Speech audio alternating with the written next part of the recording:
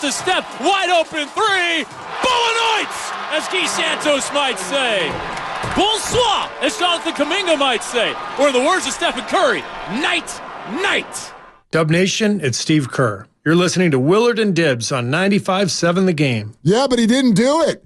He threatened to do it. He kind of did And then he shrugged it off. Did the coach prompt him to do it? Well, let's find out. Let's. The coach is here.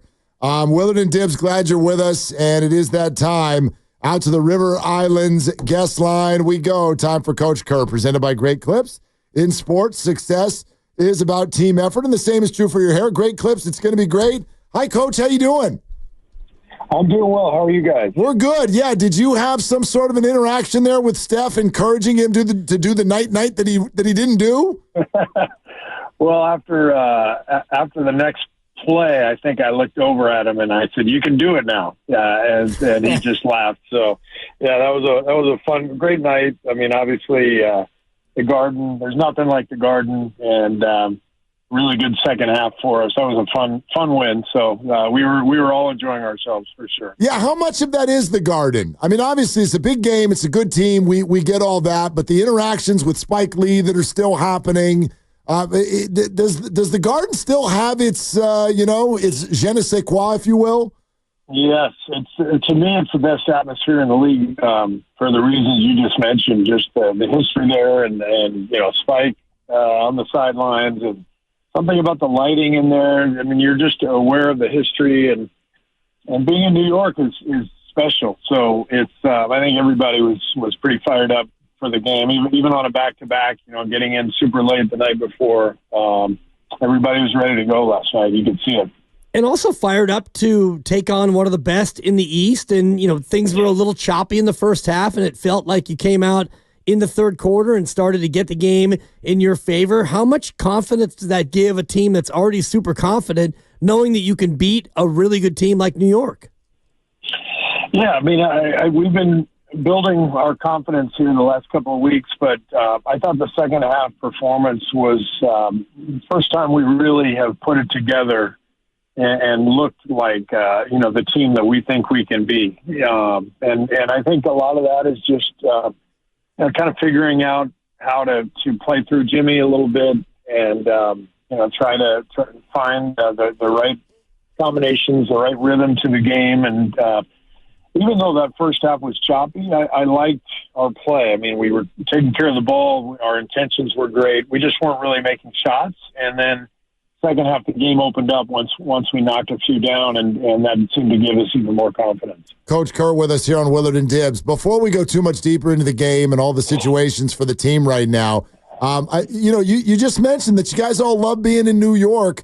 I'm sure you guys got together and practiced today, but what about all the other hours? What are you doing with a day in New York? No, we had the day off today, after the back-to-back. And so I am heading to dinner with my wife. We're going to go see a show tonight. It's a New York night. You got to do something fun. So we always love coming here. My wife is actually from here, and so it's a special trip every time we come to New York every season. Italian steak. What Italian? Italian. I felt it. I felt it was. And then what show are you seeing? Exactly. We're seeing a show called Oh Mary, which is on Broadway, and it's our son saw it. He told us it was hysterical, and so that was the one we picked, and so we're excited. Good night.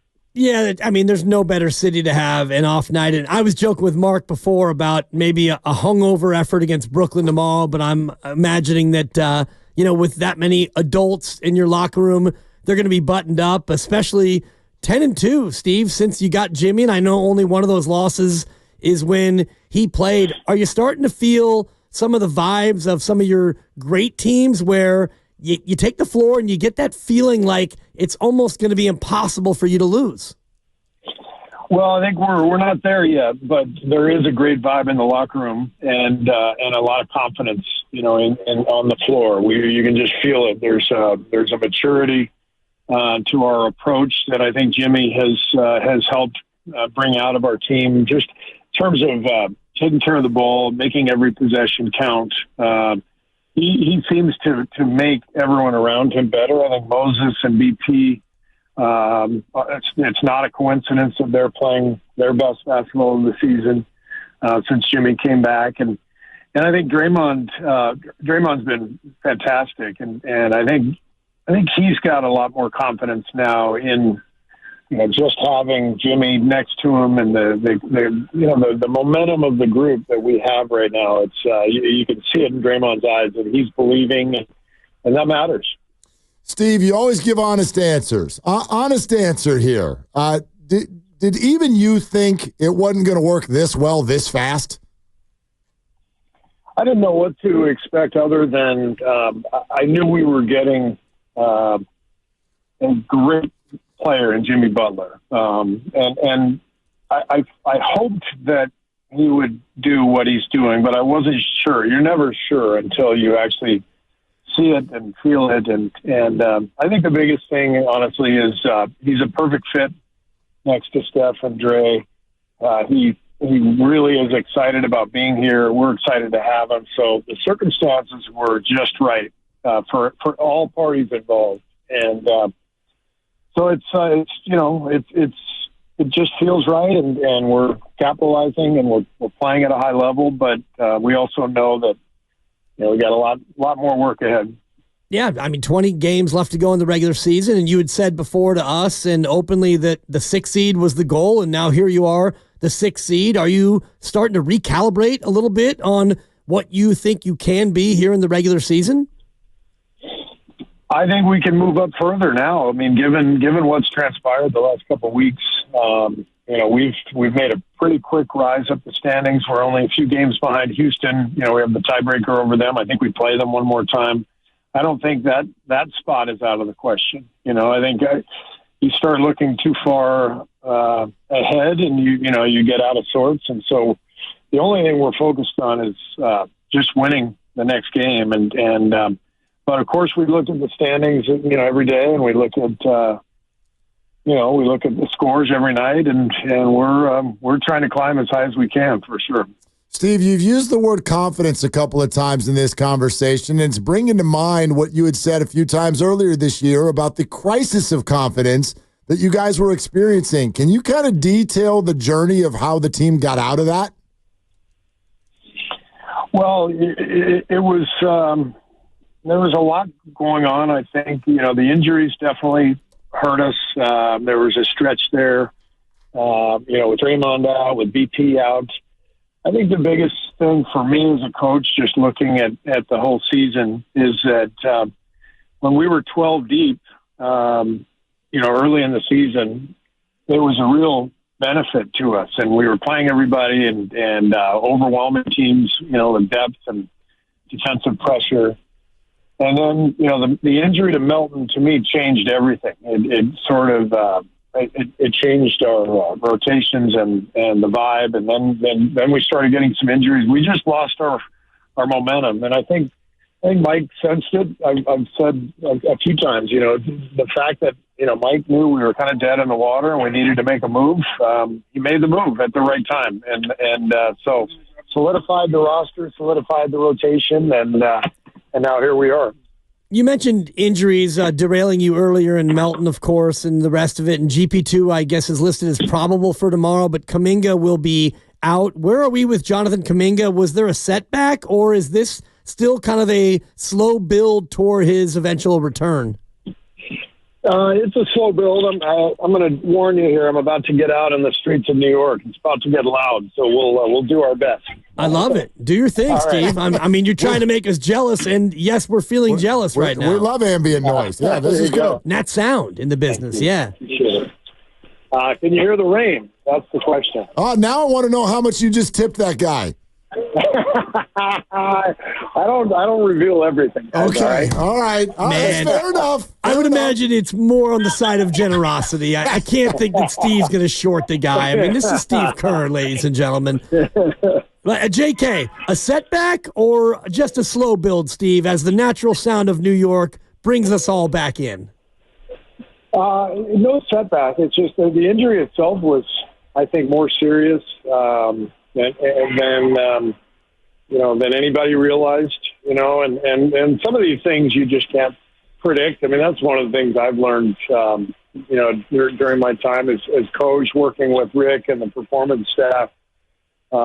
There's no exact recipe for these injuries, and everybody heals differently. And I think as it's turned out, JK's injury was probably more of a setback than we realized in the beginning. And he's working hard. He's working every day. Had a really good workout today, and it does feel like he's getting close. But you just got to do the right thing, and that's what we're all trying to do. Those reports are out there that at least in the back of your minds, maybe Saturday against Detroit. Is there anything you can share on that? I can't. There's that would just be speculation on my part right now. Yeah, no, fair enough. And then what about the other injury situation on the team? How's GP2 doing? He's doing well. He had a fracture from the collision, and I think he's getting fitted for a mask. I believe we listed him as probable for tomorrow, so that'll be great to get him back.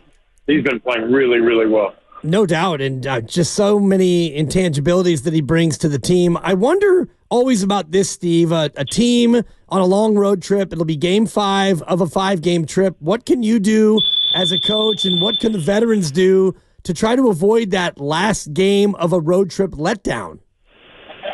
Well, I don't think we qualify for that team right now, given where we are. We would qualify for that if we were, rolling along.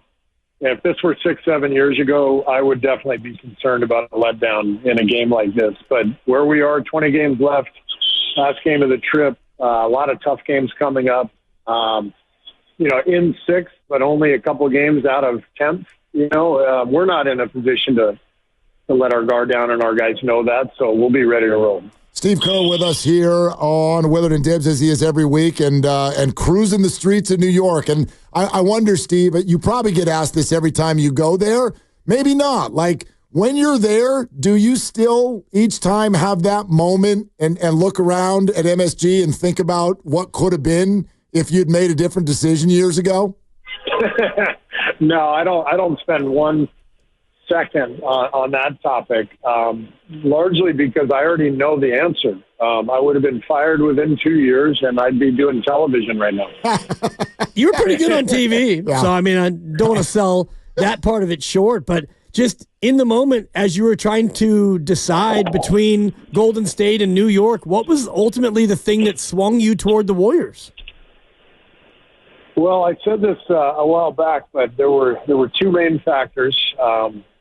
Steph Curry was on the Warriors, and then my daughter was a sophomore at Berkeley at the time. And but as I told my daughter, the decision came down to about 95% of that was Steph, and 5% was my daughter.